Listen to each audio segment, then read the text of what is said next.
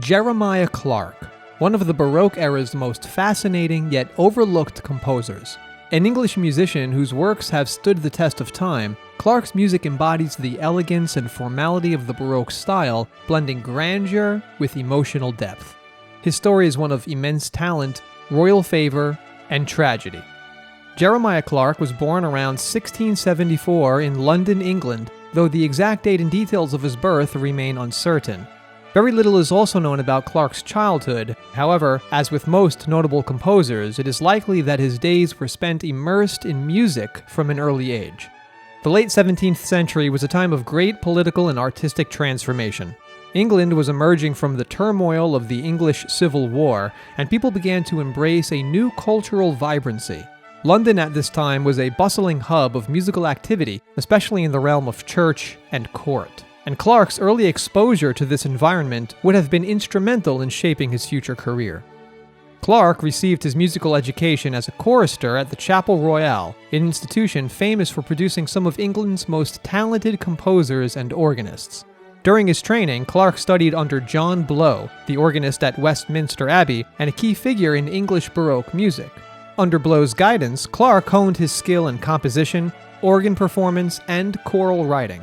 His education likely would have involved studying the works of earlier composers such as William Byrd, Orlando Gibbons, as well as contemporaries like Henry Purcell. Jeremiah Clarke became a choir boy at St. Paul's Cathedral, which was a common starting point for musically gifted boys of the era.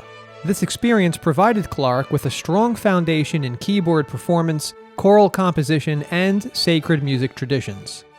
Clarke's career flourished as he took on roles in some of England's most prestigious musical institutions. Around 1692, he became an organist at Winchester College, one of England's most respected schools. By 1699, he was appointed organist at St. Paul's Cathedral, one of the most important churches in London, particularly after its reconstruction following the Great Fire of London. Later, he was appointed one of the organists at the Chapel Royal, the same institution where he had been trained. These experiences placed Clarke among the leading musicians of the time, allowing him to compose for important national events, work closely with England's musical elite, and continue to develop his talents as a composer and performer. Among Clarke's compositions, undoubtedly his most famous piece remains the Prince of Denmark's March, commonly known today as the Trumpet Voluntary. Composed around 1700 as a tribute to Prince George of Denmark, the husband of Queen Anne of England, this bright and ceremonial piece was originally written for keyboard, but has since been adapted for trumpet and orchestra. It became famous in the 20th century after being frequently performed at royal events and weddings, including the wedding of Prince Charles and Lady Diana in 1981. For many years, the work was mistakenly attributed to Henry Purcell, another great composer of the era, but research later confirmed Clarke as its true creator.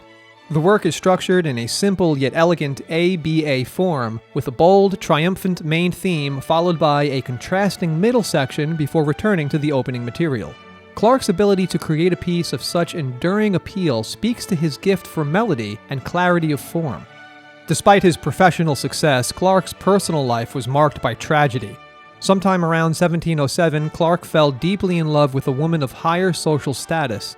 But when he realized the relationship was impossible, he fell into despair. Overcome with despair, Clarke decided to take his own life. He died by a fatal gunshot wound in his London residence at the age of 33. At the time, Clarke was at the height of his career, and his untimely death was a great loss to the English musical world. He was buried in the crypt of St. Paul's Cathedral, where he had spent a majority of his career as an organist. Clarke was highly respected in his lifetime, but his legacy largely faded after his death. Unlike Purcell, who had a lasting influence on English Baroque music, Clarke's name was not widely remembered until the 20th century, when Trumpet Voluntary became popular once again. Though his life was tragically cut short, Jeremiah Clarke's music continues to inspire and captivate audiences. From grand royal ceremonies to intimate wedding processions, his Trumpet Voluntary remains one of the most beloved pieces of Baroque music. From his early years as a talented choir boy to his position among England's most respected musicians, Jeremiah Clarke's life was one of musical excellence. Despite his tragic end, his music continues to resonate centuries after his passing.